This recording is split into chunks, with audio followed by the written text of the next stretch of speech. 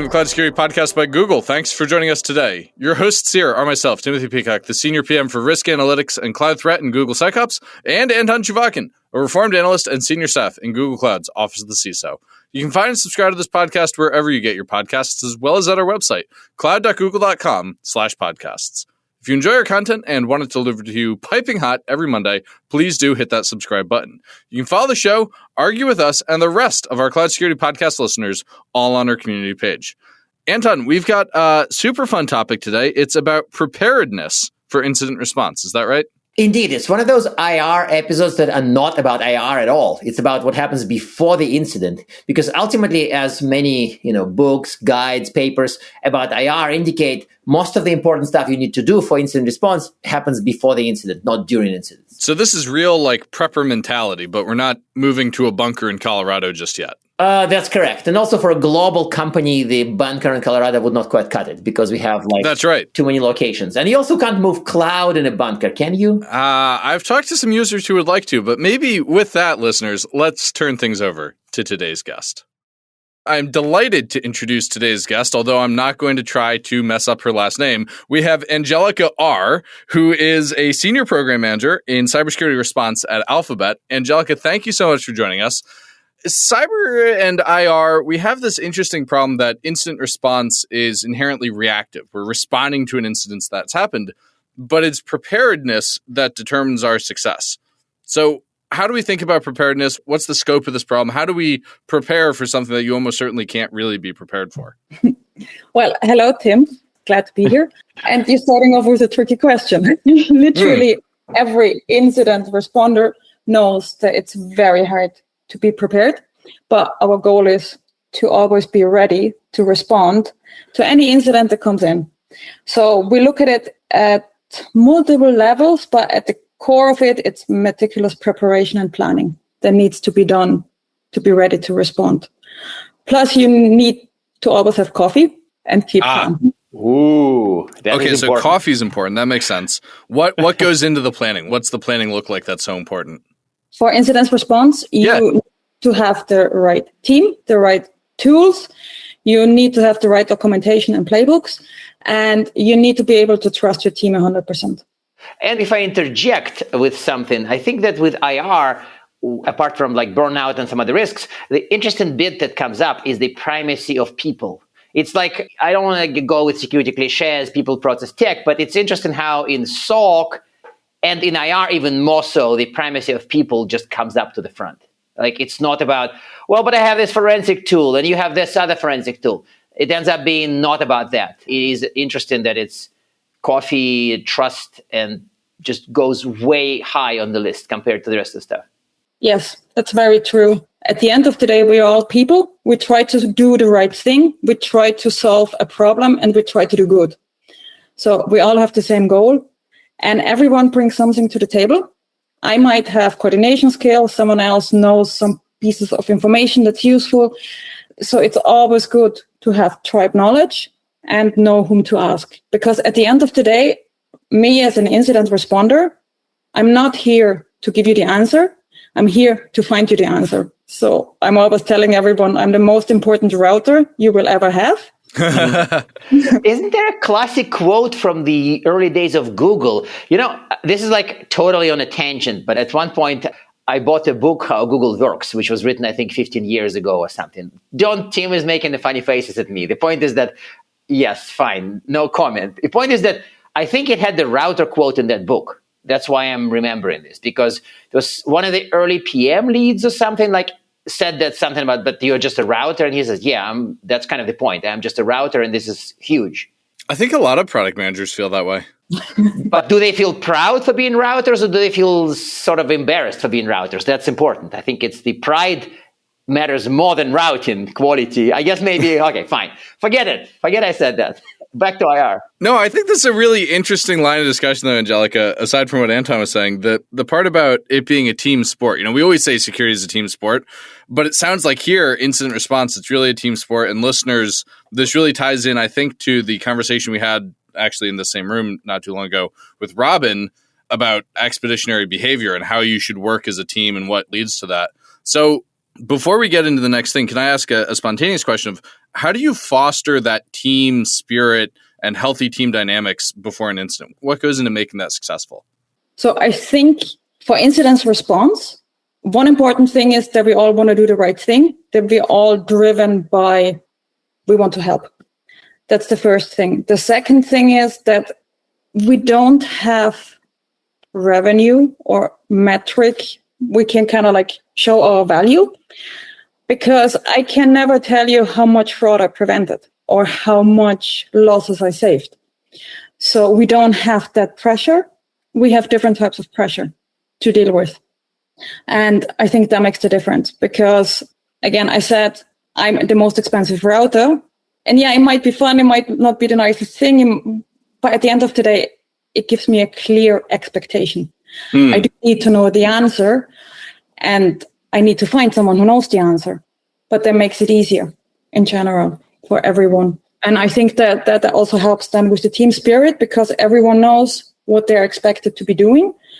And everyone knows you need to pull together in order to bring the case to a close. And you always celebrate as a team as well. There is no doubt, which is really nice. That's really interesting that you don't have a revenue metric or a losses avoided metric. Yeah, I hadn't thought about that aspect of your role. Yeah, but how will you put it together? I cannot tell you I saved X amount of money because I'm here. Of course. And I think that this is probably adds to the sanity of the team doing it. I think that's my impression, because I mean, I don't want to go on another tangent, but I think that sometimes the obsession with if people demand the loss amount saved, the pressure to invent it is very strong. And I've seen it by security leaders where if they have to present money, they present money, but there's no methodology behind it. Oh, by the way, methodology. We are here in this room, in 3 rooms, because you created a framework, which I felt is very cool, for measuring how ready you are for an incident. So can you tell us more, well, us and the listeners, about the approach you've taken and just like principles, ideas for the framework? It all started a couple of years ago when my manager asked us, how do we actually know we are always ready to respond? And that was a very, very, very good question, because we know we are ready during an incident, we can do postmortems, but we never know, are we actually prepared? So when you think of it as you're a fire commander, you know you can put out the fire, and while the fire is happening, you also know what you have to do. But the prep work, the underlying, do you have the right people? Do you have the right clothes? Do you have the right hose? How do you measure all of these things? Like, do you have enough air in your tires? You know, these are all pre-checks, but because we are in a very fast-paced environment, we often forget about the underlying infrastructure that needs to be in place and needs to be there. And you need to know how to use it as well. So that was the starting point. And from there, we came up, okay, how can we slice and dice incident response? And we came up with, we name it verticals and horizontals. The verticals are the different process areas and tools. It's like playbooks, partnerships, or the general tooling. And then we have our horizontals. We do have buckets of responses. Like we have a specific phishing response, a specific malware response.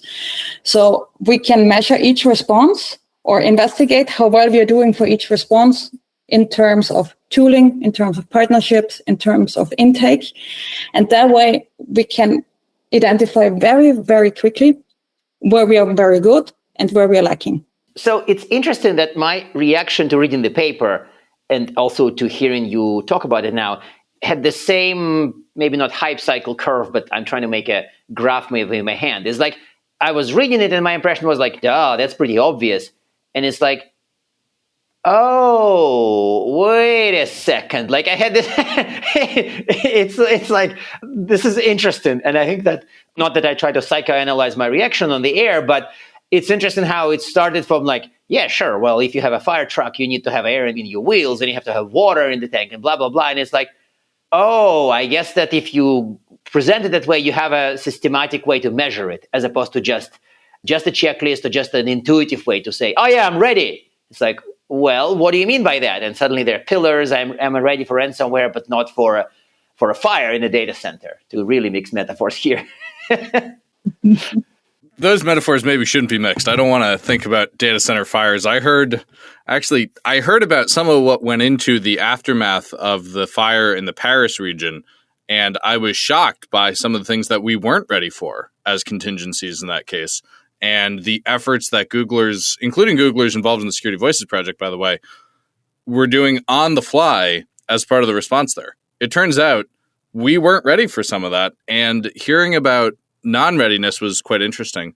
So maybe speaking of that, one of the important things in incident preparedness is, continuous improvement. And so how are we doing that in cloud? What does that look like today? First of all, we measure the baseline, right? Like, where do we stand? What types of incidents do we get? What types of tooling do we need? What types of tooling do we have? Do we know our partnership teams? Do we have strong relationships with our partners? Do we have access to the right data? Do we have the right playbooks in place? And then also, how do we get informed about these types of incidents? They need to be reported and escalated to us. Now, that's an interesting one. Are there cases where you worry about bad things happening that you don't know about? I would have assumed that Google was really well instrumented for knowing about bad things and getting them to the right places. Well, there's different methods of detection, right? Some things we can detect, others customers or internal people need to report to us in order to be aware of it. So it really depends on which type of incident and how well everyone is educated on how to escalate cases.